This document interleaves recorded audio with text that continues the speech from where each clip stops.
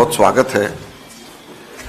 आज AICC law, human rights और RTI department कुछ नए इनिशिएटिव्स अनाउंस कर रही है जो अभिषेक सिंघवी जी और इनकी टीम ने लगातार और ऐसे इनिशिएटिव्स लिए हैं, उसी के आगे कड़ी में जोड़ते हुए और बहुत ही महत्वपूर्ण इनिशिएटिव्स अनाउंस कर रहे हैं।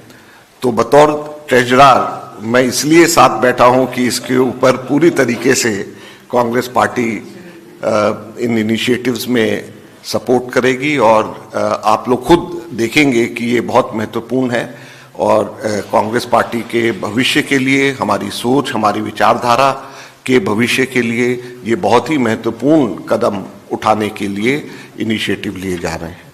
अभिषेक सिंघवी जी। धन्यवाद माकन जी। देखिए, मैं शुरुआत में ये बोल दूं कि आभार प्रकट करना आवश्यक है कांग्रेस पार्टी का, कांग्रेस अध्यक्ष का, पूर्व कांग्रेस अध्यक्ष का, और विशेष रूप से जो व्यक्ति सब पर स्ट्रिंग्स होल्ड करते हैं कांग्रेस में, अजय माकन का। मैं इसलिए कह रहा हूं क्योंकि इन्होंने हमेशा से, विशेष रूप से मैंने देखा है हमारे विभाग के लिए, समर्थन जो है मौखिक भी है, शारीरिक भी है, नैतिक भी है, लेकिन इन सब चीज़ों से काम नहीं बनता है, सामग्री और साधन चाहिए होता है। इन्होंने बड़े सरल रूप से विश्लेषण करके हमारे हर इनिशिएटिव का समर्थन किया। इसके लिए मैं पूरी तरफ से, विभाग की तरफ से इनका विशेष रूप से आभार प्रकट करना चाहता हूं, क्योंकि कई अच्छे इनिशिएटिव्स मर जाते हैं सिर्फ बातचीत में या घोषणाओं में, जब तक कि सही रूप से, सही समय पे और सही आकार में उनको समर्थन नहीं मिले। तो दोस्तों, आज विशेष रूप से मैं 4 इनिशिएटिव्स की बात करूंगा और फिर अंत में जो सूची देंगे आपको, उसमें कुछ हाल में 1-2 वर्ष में जो बहुत विशेष महत्वपूर्ण अलग चीजें की हैं, उनकी भी सूची आपको देंगे हम। तो पहली बात है एक आईएनसी फेलोज प्रोग्राम की घोषणा।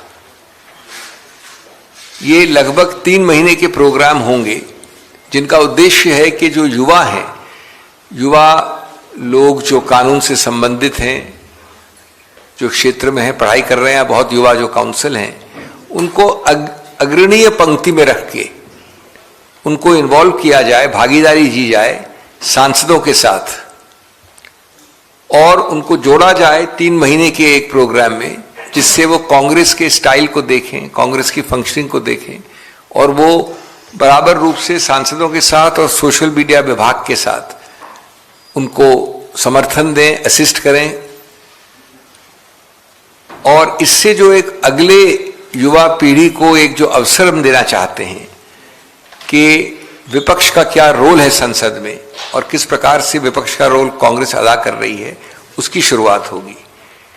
तो इसको मैं अपनी पहली घोषणा के हिसाब से आपके सामने रखना चाहता हूं, क्योंकि युवा सोच और कानूनी जोश, लोकतंत्र को इसी से मिलेगा एक नया होश और हौसला। दूसरा है हमारा ये पॉडकास्ट सीरीज, जिसको हमने कहा है न्याय, नेता और नागरिक, NNN। ये जो है, इसका उद्देश्य क्या है कि हम मंच दें, सिर्फ कांग्रेस से सिर्फ तक सीमित नहीं है। इसमें सुप्रसिद्ध वकील सिर्फ नहीं होंगे, युवा वकील भी होंगे, वरिष्ठ विधिवेत्ता भी होंगे और जो डेजिग्नेटेड वरिष्ठ नहीं है वो भी होंगे, और उनके जरिए जो आज के ज्वलंत मुद्दे हैं समाज में, उनको रखा जाएगा। विशेष रूप से ये आवश्यक इसलिए है क्योंकि आज असहमति को सिर्फ नकारा जाता है। तो ये एक संवैधानिक वार्तालाप, एक पुनर्स्थापित करने का प्रयत्न होगा कि जिसमें नागरिक, न्याय, संविधान और जो लीडर्स हैं संसद में, संसद के बाहर, वो क्या कर सकते हैं, उसको केंद्र बिंदु बनाने का प्रयत्न किया जाएगा। अभी हम निकट भविष्य में 10 या 12 इसके पॉडकास्ट कर देंगे। मुझे सौभाग्य है कि इसका इनॉग्रल पॉडकास्ट मेरे साथ रिकॉर्ड हो गया है ऑलरेडी, और निकट भविष्य में उसी से शुरुआत होगी, और उसमें अलग अलग तरह के लोग, और जैसा मैंने कहा समाज के, सोसाइटी के लोग, सिर्फ जो कांग्रेस पार्टी में उन तक सीमित नहीं है ये। और हम इससे एक संवाद की जीत और एक दमन की हार का संदेश देना चाहते हैं न्याय, नेता और नागरिक से। तीसरा जो मैंने पहले भी जिक्र किया था वो अब काफी आगे बढ़ गया है, जो मेरे हृदय के भी निकट है। मैंने इनफैक्ट जब मैंने ये वापस विभाग संभाला था तब भी मैंने इसकी घोषणा की थी, जिसको RRF कहा था, रैपिड रिस्पांस फोर्स। ये इसका उद्देश्य है कि करीब करीब हर डिस्ट्रिक्ट में शुरुआत करिए, बाकी बाद में हम डिस्ट्रिक्ट के नीचे भी जाएंगे, तहसील जाने की भी कोशिश करेंगे, लेकिन एक बार हर डिस्ट्रिक्ट में कम से कम 5 और हो सके तो 7 ऐसे व्यक्ति हों कानूनी, जो खड़े होकर किसी मूल मुद्दे, ज्वलंत मुद्दे पे कांग्रेस का समर्थन कर सकें, जो किसी लीडर को वो कानूनी सपोर्ट दे सकें जो कोर्ट कचहरी में आवश्यक होता है। और इसमें हम सिर्फ मेरिट देखेंगे, जो लोग खड़े होकर बहस कर सकते हैं। ये जरूरी नहीं कि वो राजनीति में हो, जरूरी नहीं कि कांग्रेस से जुड़े हों, लेकिन कांग्रेस से सहानुभूति रखते हो, उनके मुद्दों और कॉजेस को समर्थन करना चाहते हो, तो वो खड़े होंगे। और ये सबसे ज्यादा आवश्यक होता है शहरों में नहीं, बड़े शहरों में नहीं, बड़े बड़े हाई कोर्ट्स में नहीं, लेकिन डिस्ट्रिक्ट के स्तर पे, जहां की बहुत हद तक मैं समझता हूं 80% एक प्राथमिक सूची बन गई है और वो काफी अग्रसर है कंप्लीशन की तरफ। और इसी से संबंधित जो दूसरी चीज है कि हम एक डिजिटल डायरेक्टरी बना रहे हैं। वो सिर्फ RRF तक सीमित नहीं है, उससे ज्यादा व्यापक है, ज्यादा बड़ी है, लेकिन इसमें वो सभी नाम होंगे जो कानूनी स्तर पे अलग अलग तरीके से जुड़े हुए हैं, जुड़ना चाहते हैं, समर्थन देने को खड़े हैं।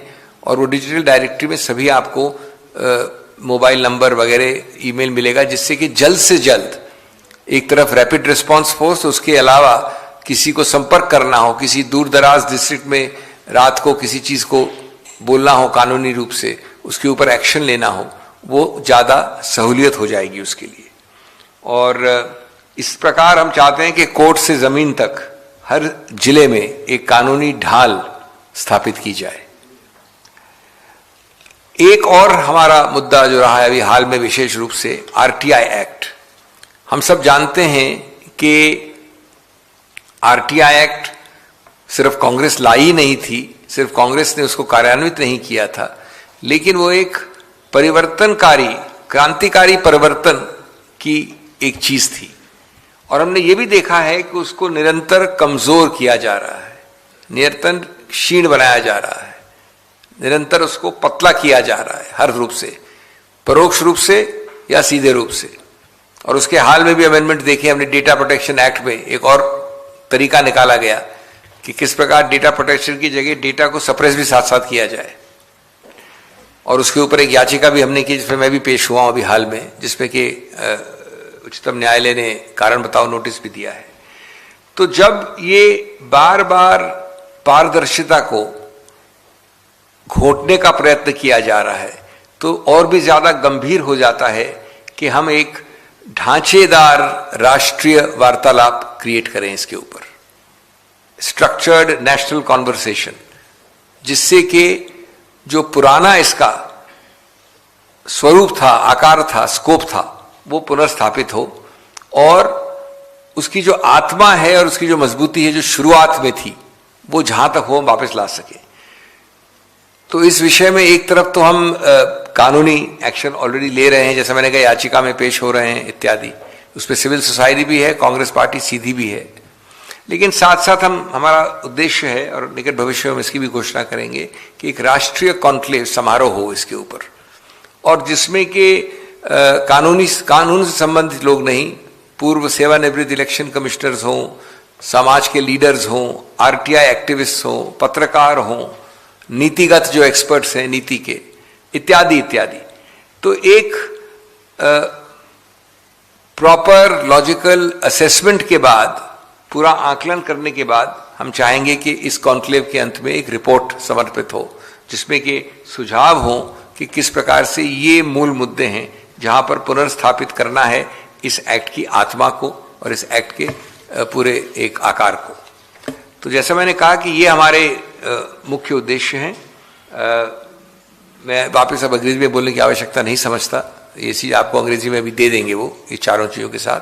और अंत में हम एक सूची लगा रहे हैं जिसमें आप अवगत होंगे कि हाल में बड़े विशेष जो इनिशिएटिव्स दिए हैं ग्राउंड पे हमने, जैसे लोकायुक्त एक्ट में, ये बड़ी आमतौर पे अलग अलग प्रदेशों में हो रहा है कि 3 लोगों की होती है मेंबर कमेटी चयन करने के लिए। एक ये होते हैं एलओपी, एक होता है मुख्य न्यायाधीश और एक होते हैं सरकार के मंत्री। तो 2 लोग बात करके तीसरे व्यक्ति से सिर्फ एक निर्णय भेज देते हैं कि अपना आप सहमति दीजिए, तो ये कंसल्टेशन तो होता ही नहीं है कहीं। और जहां जहां बहुमत सरकार है आज की सत्तारूढ़ पार्टी की, वहां ये हो रहा है। तो ऐसी याचिकाएं सफल रूप से अभी हाल में पिछले हफ्ते आई थी और उच्चतम न्यायालय ने कहा कि हम जल्द सुनना चाहते हैं। ये तो एक प्रकार से प्राथमिक रूप से सहमति का या कंसल्टेशन का बिल्कुल नकारने वाली बात है। इसी प्रकार से बेल में अभी हमने एक ही महिला जो थी सिटीजनशिप में कारावास में, उनको हमने बेल दिलवाई।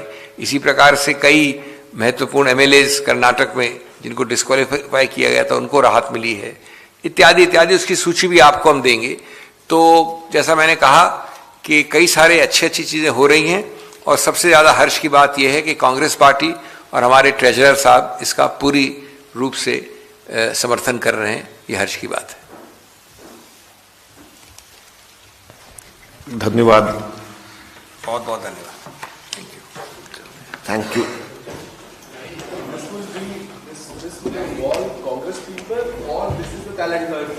These are 2 kinds of programs. Most of these programs will have people who are associated with the Congress, but a large component of civil society, outsiders, jurists, RTI activists. So the whole point I want to make is it's a far wider outreach than being limited to simply party workers. Obviously party workers are not excluded, they are welcome. But for example, this first one about having these people associated in an internship program, they are not Congress people. On the contrary, when they are associated with the inner workings of parliamentary democracy from the Congress party's viewpoint, they will understand how an opposition party projects itself. They may choose not to join the Congress later on, but it creates a umbilical bond at early stage, and if they like what they see, I think there should be a natural progression. Yes. Rapid response force is based on merit, those who can stand up and argue. But on the other hand, they would have to have some sympathy with the cause. Thank you.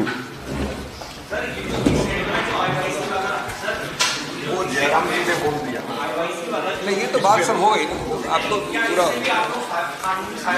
कानूनी सहायता हर पक्ष में हर जगह दी जाएगी, लेकिन हम इसकी बात नहीं कर रहे हैं, इसकी बात